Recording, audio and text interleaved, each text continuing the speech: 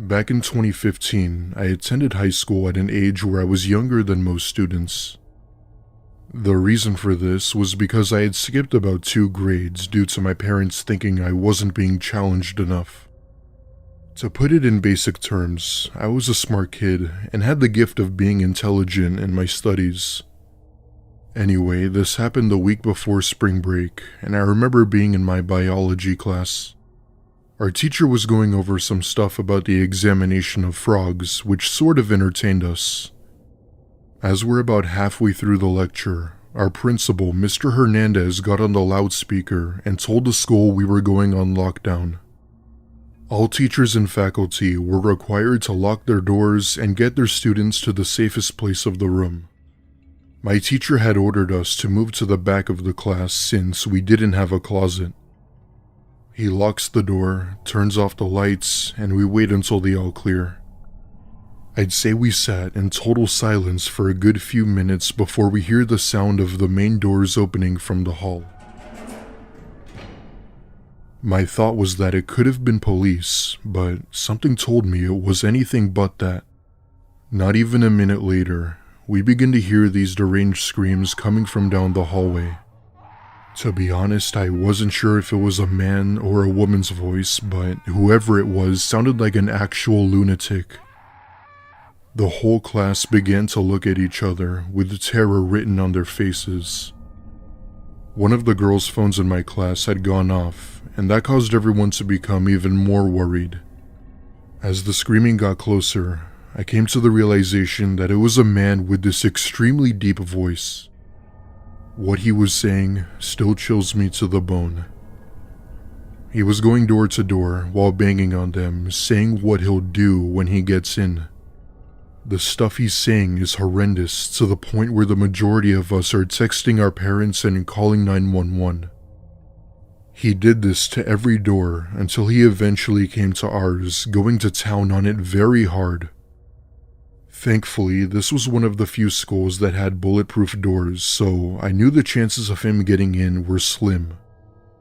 Even though the doors were stable, he still gave it a good beating. The sounds of those bangs and screams will forever be burned into the back of my head. Suddenly, he straight up punches through the small glass window while trying to reach the lock from the inside. At this point, everyone is terrified to the point where my teacher had to force his arm out of the window. This thankfully seemed to work, as he then continued down the hall with those horrid screams toward the main office. However, he didn't make it far, as police did end up entering the building and restraining him with ease. After about an hour, our principal gave the all clear and had ended school early that day. The school faculty had to personally escort students safely out of the building as we didn't know who else was around. It wasn't until a week later where I learned a shocking truth as to what led up to this. The story behind why and how we got into the school will forever haunt me. As it turns out, he was being transported to a facility when he managed to rip off the frame that separates him and the driver. He knocked the driver out cold and put the vehicle to a stop right near the school where he got out and entered the building. He was insanely strong and had been off his meds for days. The driver who was transporting him was fortunately okay and was given proper treatment. Thankfully, nobody was hurt when he entered the school. After that, many parents were outside picking up their kids in a panic.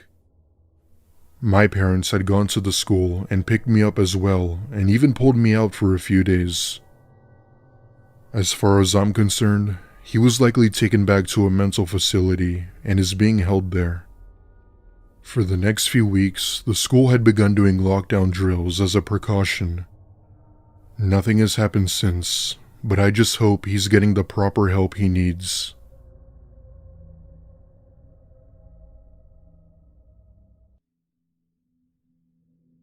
This story is told in the perspective of a female. This took place in the spring of 2016 in my freshman year of high school when I was around 14 or so. Around this time was the peak of the whole infamous clown sighting epidemic that spread around like wildfire. These events blew up on social media that got the attention of everyone. If you were a teen or in school around that time, you definitely know what I'm talking about. Long story short, it was the next big thing that just never went away. In my mind, I had thought that it wasn't as serious as some people thought, but little did I know, I was beyond wrong. To be exact, this happened on March 25th of 2016, where I was in my last period of the day. If I remember, I was in history class and we had just finished up an assignment on the Titanic and the history of it. At one point, I asked my teacher if I could use the restroom for a minute since I had completed the project early. Being the sweet and charming teacher she was, she said yes and gave me the pass. The restroom near my class was being cleaned, so I had to use the one on the other side of the building. As I'm making my way over to the other hallway, I look down the hall and see, out of all things, a person dressed in a clown costume. My initial thought was that it was probably just someone doing a prank because of the trend. I must say, the costume appeared very realistic in detail, even if it was a joke. Needless to say, however, it creeped me the hell out. I give a quick nod to the clown as I entered the girls' restroom, not thinking too much of it. As I'm doing my business, I hear the PA turn on in the hall and inform everyone that we were on lockdown. My heart sank into the pit of my stomach as I heard this, and knew right then that it had to be because of the clown. That being said, I pull up my pants and, as I look up, I see the clown's head peeking in above the stall. I let out what was probably the loudest scream I've ever done as I pushed open the door. The person in the clown costume obviously fell to the ground as I ran out of the bathroom. I ran straight to my teacher's room, practically begging for her to unlock the door so I could get in.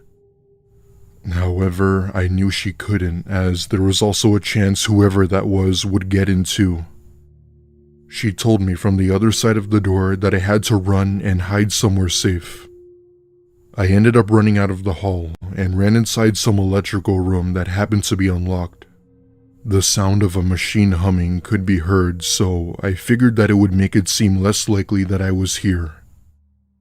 Suddenly, I then hear several sets of footsteps enter the building yelling police. I look through the vent on the door and see about 10 or so officers and a few SWAT guards surrounding the area. I felt safe, but I didn't want to come out with the possibility of startling them.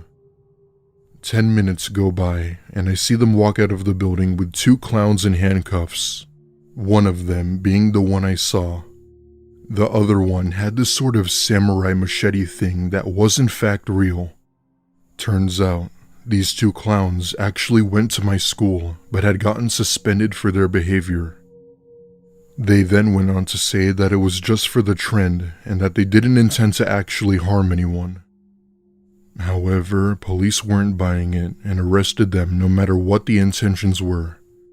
After that, I eventually came out of the room and walked over to them to explain what had happened. They brought me into the main office, where I was with a faculty member until my parents arrived. As far as I know, those 2 boys were expelled from school and had served months in jail as they were 18. My parents ended up moving me to another school after that, and ever since then, I've always developed a fear of clowns. It took nearly half a year for the whole clown trend to die down.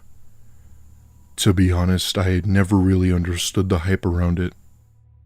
Even with that whole situation, I still heard of many reports of people encountering clowns and almost getting hurt. Thankfully, nothing like that has ever happened again.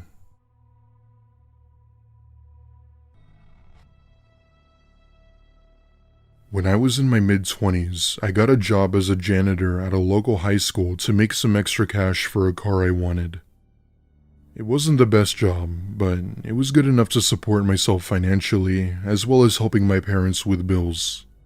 My duties basically consisted of the usual tasks you would think a janitor does: mopping, sweeping, cleaning windows, etc. I worked only 4 days a week, which was a decent schedule and a chill job. Most of these days I'd end up working the night shift, but one day I had been called in for a day shift. The reason for this was because of some stupid prank that a few seniors had done for the end of the year. Every year, all of the seniors would throw what's called a senior prank, which was amusing to them, but definitely not the janitors. Long story short, it was a food fight, so me and another janitor, Todd, had to clean up the whole thing.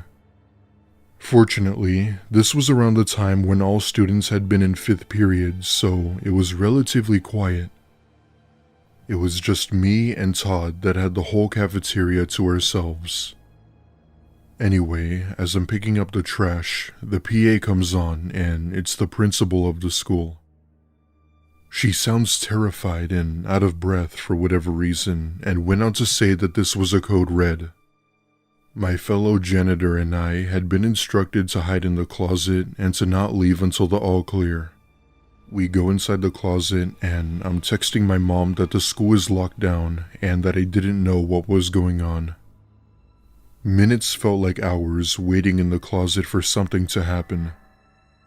Suddenly, the main doors to the cafeteria open with full force. Looking up at the ceiling was a tall, pale woman just standing there, making these strange noises. In her hand, a knife. She begins to walk around the cafeteria while yelling out these deranged phrases. Everything from come out wherever you are to I'll kill all of you. It was pretty obvious that this woman was clearly mentally ill with possibly in possession of drugs. All of a sudden, my phone starts to ring like crazy, and I see that it's my mom who thankfully got my attention. It also got the attention from the woman staring in the direction of the closet. Suddenly, I can start to see her slowly making her way toward the closet with the knife in hand. All the while, she's kind of just crouching while slowly walking as if she were trying to be stealthy. In that moment, I wasn't sure what I was going to do to protect myself. My initial thought was to somehow fight back, but we're in a small janitorial closet with little room. On top of that, I had no idea what she was capable of, especially when she had a knife. Seconds felt like hours as she made her way over to the closet door where I just prayed for the best. I shit you not, I actually felt like these were my last moments. She was gonna come in here and kill us, I just knew it. Just as I was about to hopefully tackle this woman, I hear loud yelling coming from the main doors. Thankfully, police opened the doors with their guns drawn, telling her to get down and for Todd and I to come out slowly. After multiple attempts of her trying to resist arrest, the cops tased her, and it was then where she was put in cuffs. As it turns out, this woman had come into school through the main entrance and had assaulted both the principal and the woman working at the front desk. After all, this was in the mid-2000s, so the school couldn't afford to install proper security equipment, so we were essentially sitting ducks. While the school didn't have any security equipment, they apparently managed to get some grants to afford better security staff. While this was certainly an unfortunate situation, there's still one fact that always terrifies me. The only reason police were so quick to arrive was because there just so happened to be only one patrol car in the area. Keep in mind, the school was relatively far out in the suburbs and there wasn't a police station for a few miles. It just makes you wonder what would have happened had police arrived a minute later. I'm thankful no one was hurt, and I'm not sure as to how that woman is doing today. But this was sure as hell one of the scariest situations I've ever been in. After that incident, I quit my janitor job and went back to school to pursue my degree in tech. Fast forward 15 years later, and I now work for a great design company where I was thankfully able to make a good living off it. However, there are times when this incident still comes back into mind while I sleep. I still sometimes tell my story to others, but I most of the time just keep it to myself.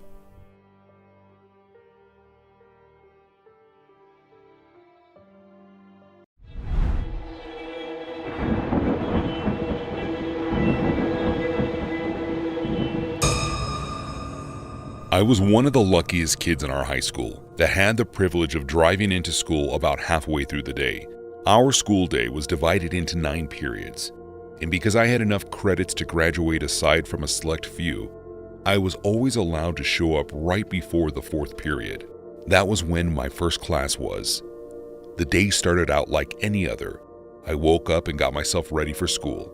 I remember the steam pouring off my coffee cup was intense that morning, but the heat was a refreshing contrast to the cold bite of the winter air. I loaded everything up into my car and drove the 8 miles to get to my school. My phone kept going off, which was irritating because the notification sound kept interrupting the music playing from it.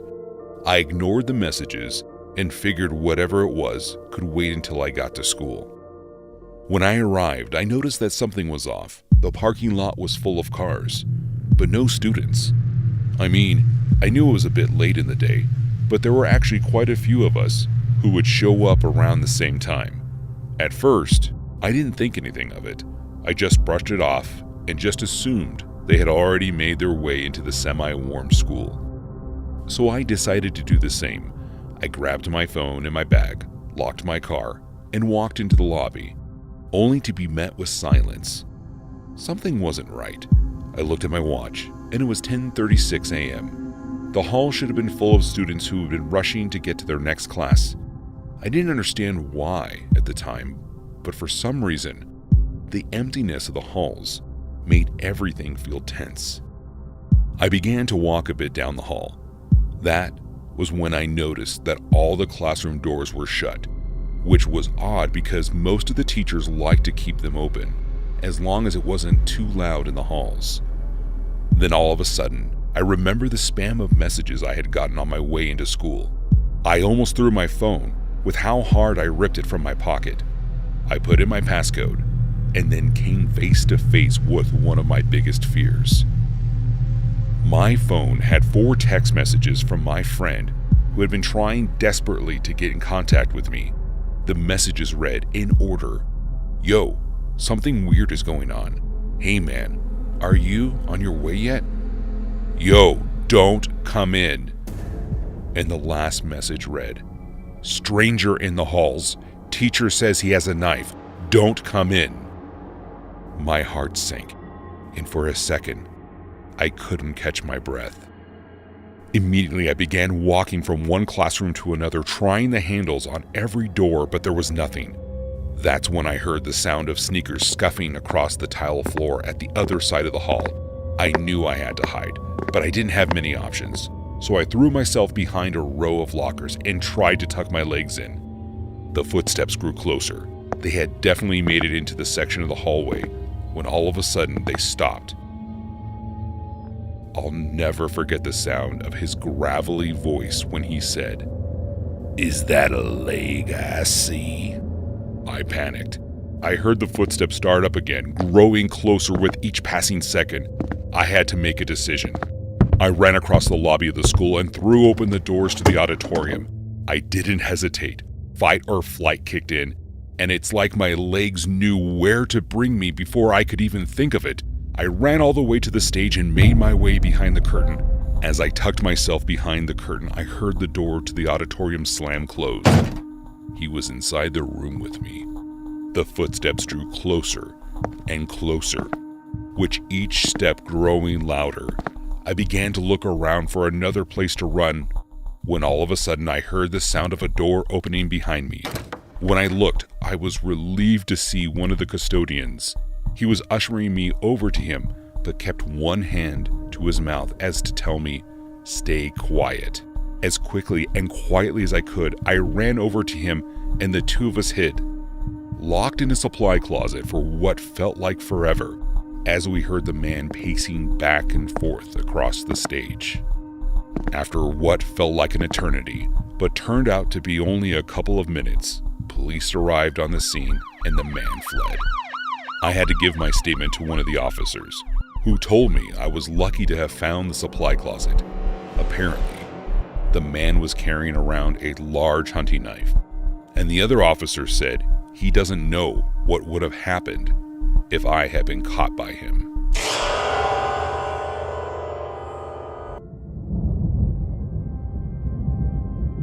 I was sitting in my earth science class near the window, as I often did.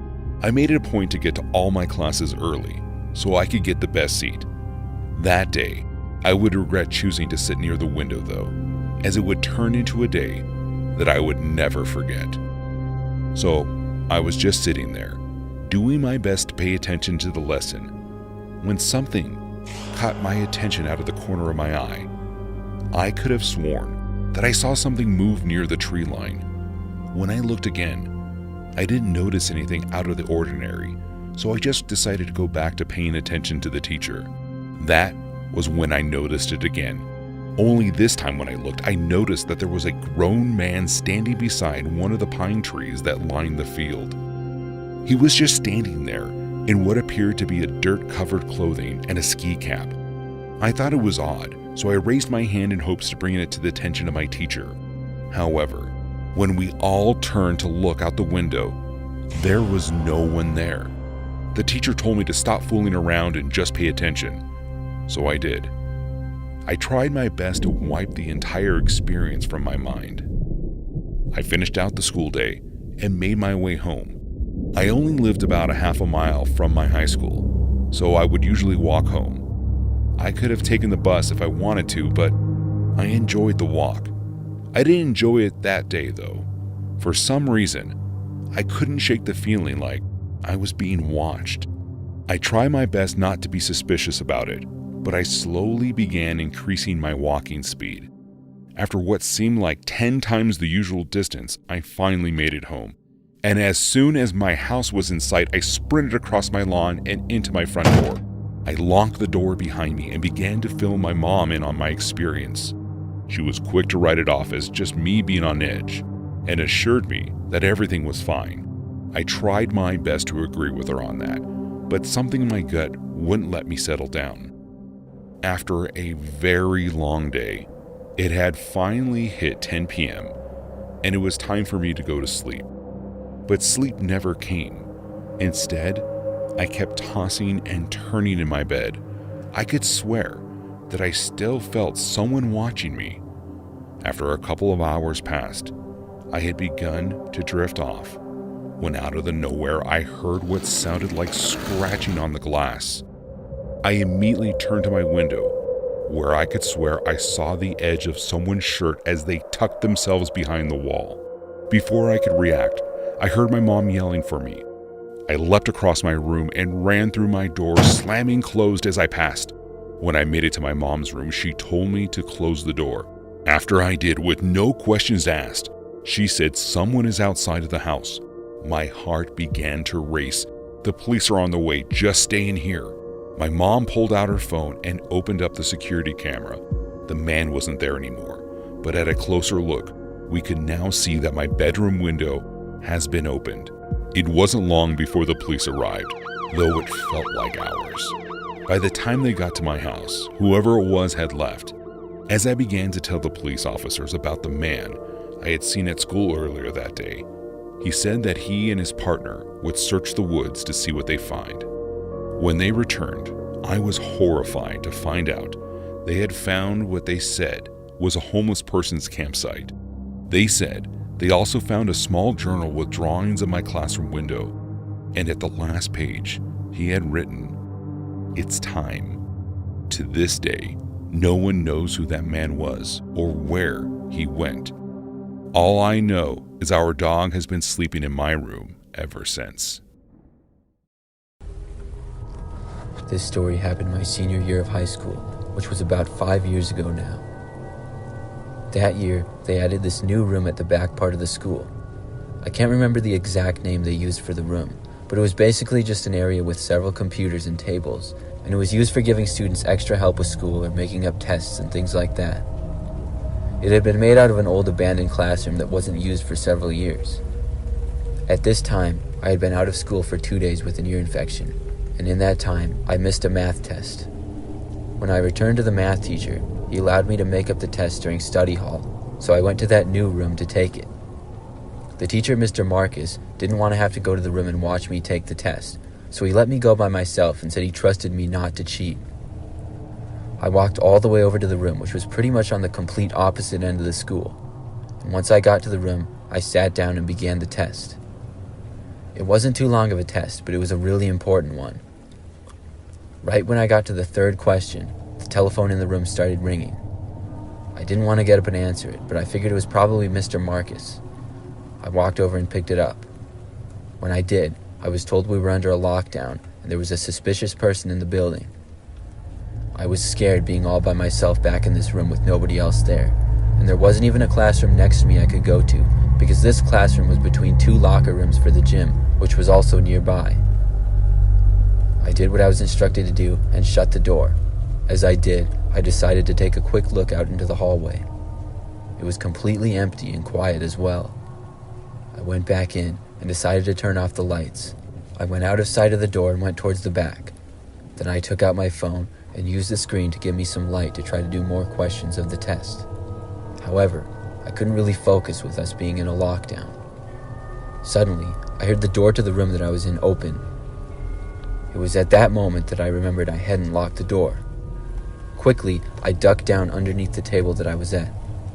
I could see just barely from under the table a small amount of light coming in from the doorway and saw boots on the ground. At least they appeared to be boots, as I couldn't really see much. I was terrified, and I held my breath so that I wouldn't make a sound. Whoever was in there stood in the doorway for a while, and then the door shut. I barely heard footsteps walking into the room. I was literally shaking, trying not to make a sound. The room then went completely silent and remained that way. I slowly breathed in and out as quietly as I could. I was expecting at any moment to feel someone grab me from behind or something like that. But then, out of nowhere, I heard the sound of a computer falling off a desk to the ground. Then I heard the noise of a man yelling and screaming. It seemed as though whoever was in this room had gone into a rage and was screaming and smashing things. I opened my eyes and looked over. I still couldn't really see anything, but I could hear where all the noise was coming from, and it was at the opposite end of the classroom to my left. I was terrified and knew I needed to get out of there. The exit was directly in front of me and to the right, and the noises were directly in front of me to the left, so I figured I had to make a run for it. I took a deep breath, and then got out from under the desk and ran as fast as I could, as whoever was in there continued to seemingly destroy things in the room. I ran forward to the door and was just barely able to see where I was going. I stumbled into a chair just before the door, but I was still able to make it out. I heard the man yelling as I left the room and sprinted down the hallway. I ran all the way to the front end of the school, where I saw a police officer. I yelled where the guy was and that he was destroying things. Another officer led me out of the school. After some time, I was able to calm down and they ended up catching the man. I got to go home right after that. I feel so lucky that I made it out of that room, because obviously whoever was in there was very dangerous.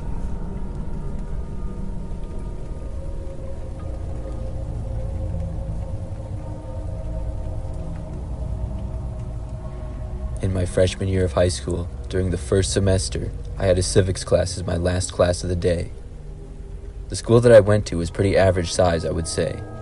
I remember the class that I was in had about 20 kids in it. It was a couple of months into the school year at this point, and on this Thursday afternoon, we were all just listening to the teacher go through some announcements, when suddenly the phone in the classroom rang. The teacher, Mrs. Lindstrom, walked over and answered it. Then she hung up and told us all that the school was going under a lockdown. She seemed pretty serious and told us that this was not a drill. She locked her classroom door and then turned out the lights and instructed us to the back end of the classroom. We all got up from our desks and went to the back. There was a lot of whispering going on, but nobody seemed to know why we were under a lockdown. The longer we all sat back there, the more concerned everyone seemed to get, which made me start to worry. I started thinking of all the possibilities of what could be going on. It got really quiet after a while, and at one point we heard footsteps going down the hallway, but we didn't know whose they were. The lockdown went on for probably 30 more minutes before there was another call to the classroom announcing that the lockdown had been ended. We returned to class for the final 15 minutes or so, but the only thing on my mind was what could have caused it. School was dismissed after that, and I left school to get on my bus. When I got outside the school, I noticed several police cars with flashing lights. Everyone was talking about the lockdown, and I heard several rumors about what it was, but it wasn't until later that night where I got the real answer. My friend Robbie, whose mother worked at the school, told me that the lockdown had been caused by a student who claimed to see a strange man wandering the halls. However, after an extensive search of the school, one of the back doors was seen to be open, and it was determined that the man had left. The area was briefly searched, but the man was never found. The next day, when I went back to school, everything seemed to be pretty normal, and by the time I got to third hour, I had forgotten all about what had happened the day before. It was a Friday, so I was pretty much just excited to go to the football game that night. In the middle of my third hour class, which was history, I had to go to the bathroom. I knew the teacher was one of the nicer ones who didn't require a pass or anything, so I just asked and she allowed me to go. I walked down the halls of the bathrooms, which are towards the end. As soon as I opened the door and got inside, I came face to face with a man who I had never seen before. He was wearing a winter hat and had long black hair and a small beard. He looked really surprised to see me. We both stood there staring at each other for a second or two. Then the man came towards me and I turned and ran. I ran back to class. When I got back, I told my teacher what I had seen, and the school once again went on another lockdown. This time we stayed locked down for over an hour. I was terrified, but finally it ended, and afterwards everyone was allowed to go home early. They told us the man had finally been caught, but what I don't understand is how they didn't find him the first time the school was locked down, and what he was doing inside there in the first place.